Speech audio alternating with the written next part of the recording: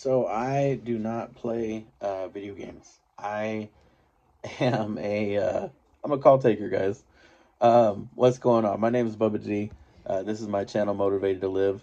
I started this channel about a month ago, and since then I've made quite a few posts. I've done a few shorts, and a lot of people have noticed I got this headset on in a lot of the videos, and some people have reached out to me to say, "Hey, maybe you should quit playing video games and start exercising or focusing on your health instead of playing video games." And the truth is, this is not for video games. I am a remote call taker.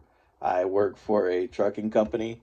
I'm pretty much like a dispatch to set up work for some of the company's trucks that break down or need tires replaced or whatnot. Um, I don't. I'm not sitting around playing video games all day. I work at a desk. It is what is it? Sedentary? Sedentary? And anyways, I sit at a desk a lot, and so I do sit at a desk. I do sit at a computer, but I'm not sitting here playing video games all the time. I do, I can't, I guess I can't say that I don't play video games. I do have a Switch, but I really don't play that very often, and sometimes it just collects dust. But uh, for the most part, like 90%, 95% of the time, I'm usually either working, spending time with family, or as of lately, trying to get my health right. So we can stop with hey, quit playing so many video games because playing video games is not my problem. I promise you that. So, uh, yeah, I just wanted to come out and say that. Like I said, since we got some new subscribers, since this channel's gotten some new subscribers, I just kind of want to get that out there right out the gate and to kind of open up about my life a little bit because I feel like I, excuse me, I have posted some about my life and what I do, but I haven't really talked about this. I don't know if anybody's interested in that. I have seen quite a few smaller YouTube channels who have started posting about stuff they're doing in their life and what they do to make their money. And this is what I do. I take calls from drivers from this company that I work for, and I don't want to put them out there because, um, I don't know if there's any legal things or anything like that. I don't want to get involved in all that. But I take calls. We have our drivers call in to our breakdown line. We have different queues set up depending on what they need help with. We got a tire queue.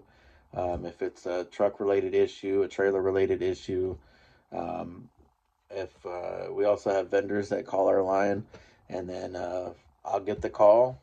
I'll hear what the problem is. I'll get some basic information from whoever's on the other end of the line, and then I set up a work order, and then from there start reaching out to vendors or I've worked for this company almost 5 years now, so I kind of know what vendors or what companies we're going to use for what issue depending on what part of the states they're in. So I figure out which vendor we're going to need, and then I set up service for them, and then I reach back out to the driver to make sure that they have an ETA and they're aware of how long the service is going to take, especially if they're roadside or on the side of the highway. Um, we want to make sure that, excuse me, we want to make sure that they don't feel like they're forgotten or not being taken care of. So I always make a point of calling them or sending them a message and touching base with them, just letting them know that we're here and we're working on it or that we've found somebody. Um, yeah, and then I follow up once the work is completed.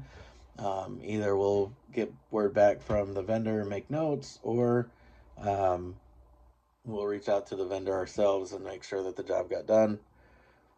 And yeah, I've been a call taker for a long time now. Um, I first started working in a call center back in like 2014, 2013. I had worked for a bank, Wells Fargo, for a little bit, like 3 years. I left that to go work with my dad in his construction company. I did that for a few years, and then I came back to start working in call centers. A lot of that has been due to my weight. I haven't been able to work like a physical job and be up on my feet for very long. So, um, working in a call center has really helped me be able to make a living and be able to still be productive without having to, or without, you know, being in a lot of pain and actually being able to function. So, yeah, 2018, 2019, I worked on and off for a couple other um, call centers. I worked for a couple of third party call centers, which I did not enjoy. Um, and then I worked for a insurance company in their call center before this. And then in 2020, right as the first week of COVID hit, I came in to this company, and I've pretty much been remote. There was a point in time where I was a little bit hybrid. I had to go to the office for a little bit, but I moved too far away from the company office to need to go to the office. So, um, yeah, so that's what I do now. Um, Call taker, professional call taker. I enjoy it, but once I move back to Phoenix, uh, which is what I plan on doing the next year and a half, something like that. I plan on working a role where I can go back to the office and actually be around people again, and be on my feet a little bit more. Still will probably be a desk job, the jobs that I'm looking at, but yeah. So I don't know if this is something that you guys would be interested in. I have a lot of experience working call centers, like I said, over the course of the last 10 or 11 years, something like that. So if this is something you guys want to see more videos on, maybe some tips and tricks on how to be a professional call taker, I'm totally down to do that. This channel has been mostly based around documenting my weight loss, but it also is all about me rebuilding my life and where I'm at. So I might throw up some videos about the debt I'm in and the progress I'm making on that and the goals I have for 2025. But if you guys got any suggestions, let me know. Other than that, I'll catch you guys later. Thank you.